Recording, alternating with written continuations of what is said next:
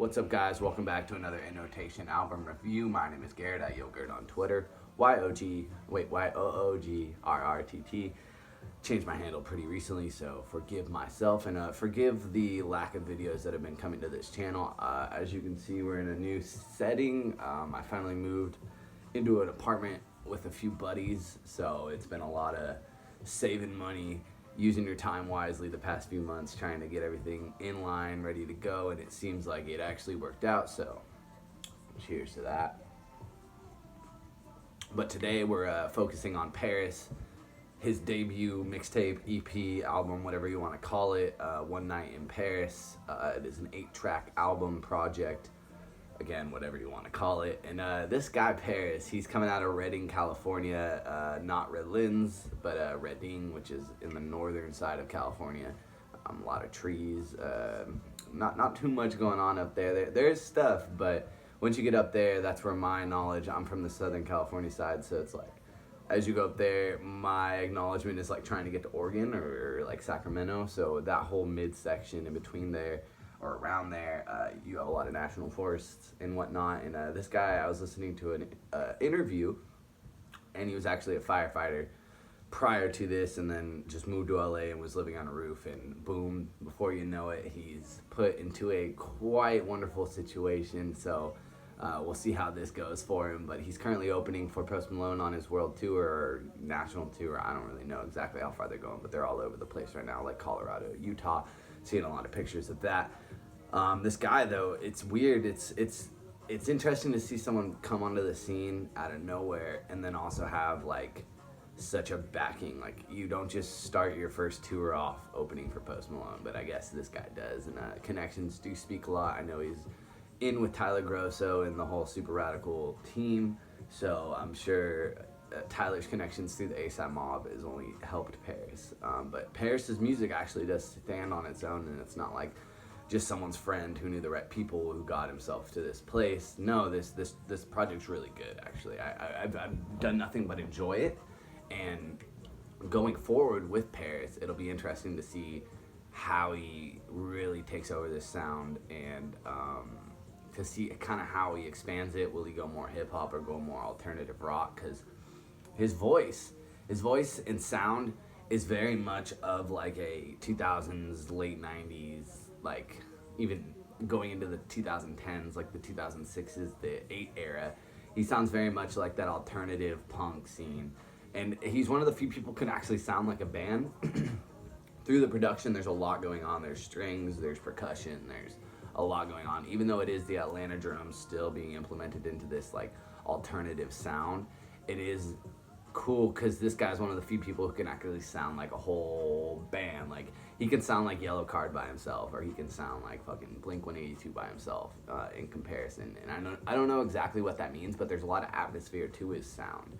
And while I do feel like, myself being a guy who was a big fan of Pete before he passed, that this person couldn't be in the position where he was or is without Pete doing the hard work and kind of carving like this Prince type persona, like applied to like underground rap, and like also heavily influenced by the emo side of like rock and roll, and just kind of like those stylistic cliches, if you will, like applying that to this. Paris is doing that very much so, but it's not like he's a photocopy. It's not like it's like, oh dude, it's just a guy who literally heard Peep and then was like, yo, I'm gonna do this. Like, no, this guy has a little bit more to it, so it's cool. It's acceptable. I don't even want to really drag on that, but I did want to acknowledge it, because if you are a fan of Peep, I think it would be interesting to hear why you're not a fan of Paris, because I think they kind of are very similar in sounds, not directly, but just the overall product of what each of them were or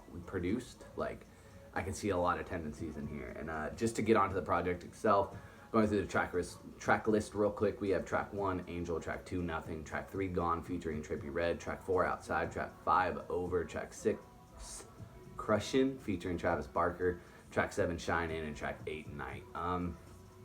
My standout tracks so far are definitely Angel, Gone, man,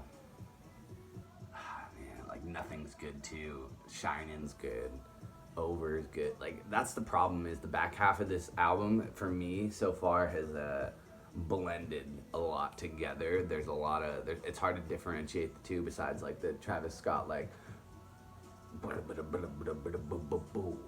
you know what I mean? But that even then, that's not something that isn't really heard on the other tracks. So again, this guy's very much, this album to me is very much just like an exemplar, like he's just exemplifying and like authenticating like his sound, like just saying like, hey, this is the music that I make. Do you fuck with it, yes or no? Like, because this is what it is at its core. Like a very, very brief, like, hey, this is, if you fuck with this, you're gonna fuck with me for my career.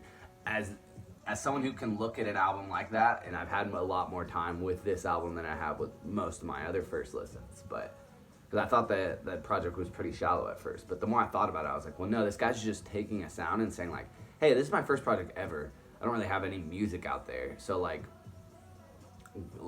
this is it. Like, there you go. If you want a little summary of Paris or what I'm gonna be doing, like, this is it. And if you look at it that way, this project does really good shit. Like, it exemplifies exactly what Paris wants to, and exactly when you look at that guy, you're like, oh no, this matches the sound. It's very aesthetically pleasing, just the whole product that is Paris. And I can see the people above him, like whichever label he is signed to, I can see them being very happy with where he's going and how his numbers have been going. Like 1 million views already, or 1 million plays on SoundCloud already on Con featuring Trippie Redd. The rest are at the 50s to 60s, thousands. So for a guy who's never really put out anything prior to this, he does have a song called Pulled Up, which featured this guy named Machai, and I really fucked with him, his part on that song. And then when he got signed or whatever, they replaced him with Gunna. And Gunna does a good job, but it's still, I prefer the original. But again, guys, standout tracks: Angel, Nothing, Gone.